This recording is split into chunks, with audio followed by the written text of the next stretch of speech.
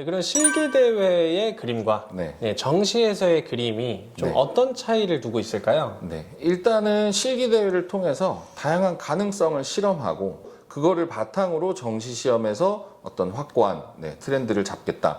이게 학교의 생각인데, 근데 실제로 예전에 국민대에서 발상과 표현을 진행할 때는 실기대회 문제는 굉장히 단순한 표현 문제가 나오기도 했었어요. 근데 이제 이끌어 가시는 조금 연배가 있은 교수님들이 추구하는 방식과 요때 선출된 조금 젊은 교수님들이 본인들이 겪었던 입시에 대한 향수가 있어서 그 부분을 내다보면 충돌이 되는 경우들이 있었는데, 아까 말씀드렸다시피 국민대도 교수님들 세대 교체가 많이 됐습니다. 다른 학교들도 마찬가지고.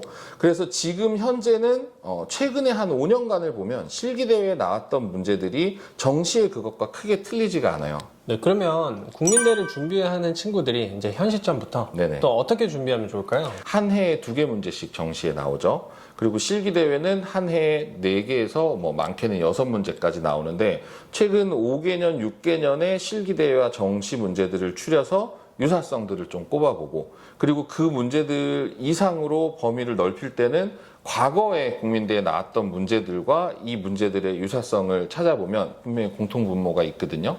그 싱크율을 따라서 준비를 하시면 많이 도움이 될 것 같습니다. 네, 이렇게 20년간 계속 국민대와 관련된 입시를 진행하시면서 그와 관련된 에피소드들이 많이 있으실 거잖아요. 네. 네, 몇 가지 좀 추려서 기억나는 것들을 좀 이야기해 주시면 좋을 것 같아요. 네, 저희가 국민대를 준비할 때는 끊임없이 연구를 하고 교수님들 평가를 통해서 진행을 하는데요. 저희가 24명 지원해서 21명이 합격한 해가 있었어요. 네, 좀 많은 숫자의 학생들이 좋은 합격률로 갔던 해인데, 준서쌤 졸업 동기 호선이가 고해 제자거든요. 근데 그런 친구들 같은 경우에 저희가 겨울철에 만나는 경우가 굉장히 많아요. 왜냐하면 재수생들도 고3들도 국민대다, 서울대다, 뭐 고대다 이러면 성적이 우선되는 경우가 많기 때문에, 일단 성적을 만든다고 수능 때까지는 공부를 하다가 겨울에 오는, 저희 입장에서는 조금 학기 중에도 계속 실기를 놓지 않았으면 좋겠는데 어쩔 수 없이 겨울에 오는 친구들이 있는데, 이런 친구들을 그 해에 데리고 거의 합숙을 했었죠. 네. 저희가 9시부터 10시까지 겨울 특강도 굉장히 힘든데, 그거를 뭐 새벽부터 해서 다음날 새벽까지 시험을 치고, 크리스마스 이브는 항상 시험을 한 5시간짜리를 대여섯 번씩. 그게 말이 되냐 하면 하루를 밤을 새면 가능하죠.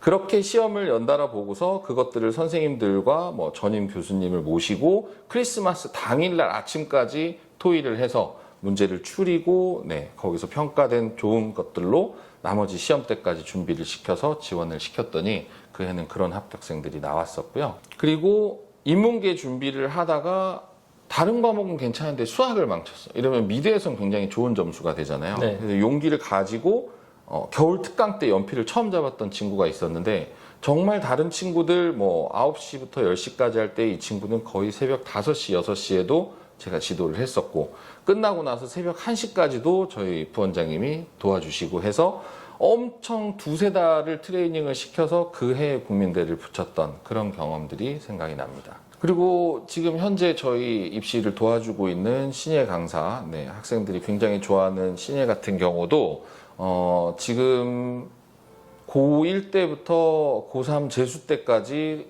강남의 큰 학원 중에 안 가본 데가 없대요. 뭐 여러 학원들을 다 다니다가 성적이 좋을 때는 이제 대접을 받죠. 상위권을 지원을 한다고 하면 굉장히 신경을 많이 써주다가 수능을 봤는데 뭐 실수가 좀 있었는지 성적이 좀 떨어져서 나온 거예요. 그런 경우에 이제 거의 한 70, 80% 정도, 지금으로서는 배수가 있어서 통과를 못 시키지만 그때는 저희가 최저점 합격에 자신이 있었기 때문에 다형 학원에서 상위반에서 잘려서 기디를 하러 오투를 왔었는데, 제가 부모님한테 설득을 해서 이걸 다시 국민대와 과기대 쪽으로 돌렸었죠. 그래서 상위권을 준비를 시키는데 이 친구 같은 경우에 매일매일 새벽 6시부터 왔었어요. 그러니까 학원 문이 잠겨 있는데 6시에 와서 열어달라고 하니까 제가 나와서 열어주면서 가장 먼저 한 일이 학원 도어락을 바꿨습니다. 열쇠가 아니라 비밀번호 키를 해주고, 이 친구는 그때부터 6시부터 밤에 친구들 가고 나서도 11시까지의 어떤 실기를 단 하루 기억나요. 정말 열이 많이 나서 안 가겠다는 걸 제가 억지로 집에 보냈던 그 하루를 제외하고는 3달 동안 정말 열심히 했었거든요.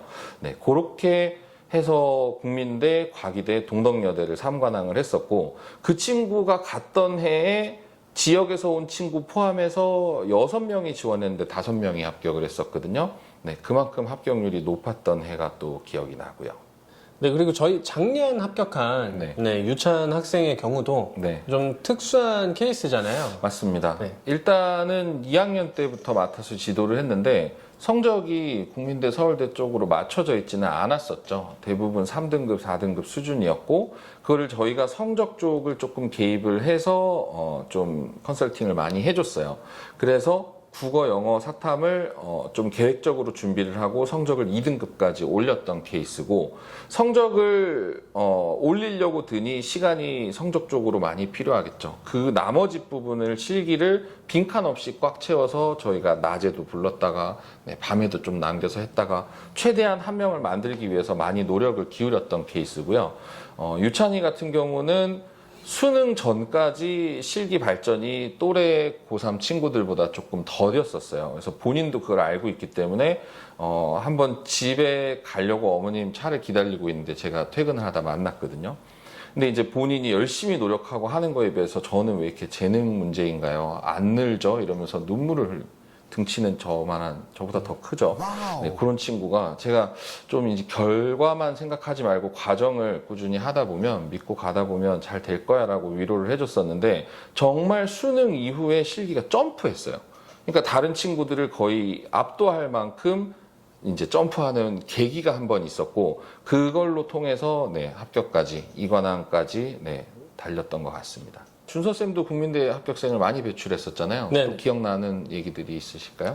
네, 저는 2명 이렇게 딱 기억나는 친구를 얘기를 하자면 제가 그래도 나름 팬층이 있잖아요. 네네. 그래서 그 시온이라는 친구가 네, 저를 쫓아서 대전에서 서울까지 와서 네. 네, 입시를 했던 그런 이야기들 사실 네. 원장님도 같이 겪어서 아시겠지만 네, 여기 와서 삼수를 하는 시점에서 그때 수시원서를 잘못 넣었다가 네.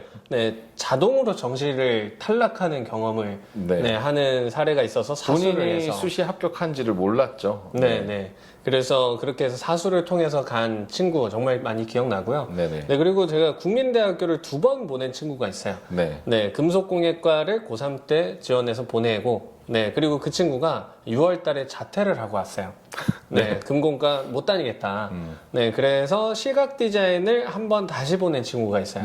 네, 그래서 그 친구들이 좀 국민대에서는 제 나름 좀 기억에 남는 친구들입니다. 네. 그래서 지금 많은 합격생에 대한 얘기를 했었는데 사실 국민대가 최근에는 이제 디자인과 3배수, 공예과 6배수, 점수 배수 제도를 도입을 하다 보니까 상위권 대부분 학교들이 그렇기는 한데 배수를 도입하다 보니까 90%, 그러니까 80% 후반이라도 뭐 88, 87까지가 마지노선이고 90%는 넘어야 지원을 할 수 있기 때문에 저희가 지원생들을 예전처럼 막 70%에도 붙이고 80%에도 붙이고 이거는 조금 어려워졌지만 지금 3배수 정도가 통과가 되는 친구들은 사실 오투에 오면 실기로는 무조건 다 붙일 수 있다. 이런 자신감을 저는 네, 가지고 있기 때문에 오투에서 국민대 준비하시면 네, 합격이 보장된다. 이렇게 생각해도 될 것 같아요.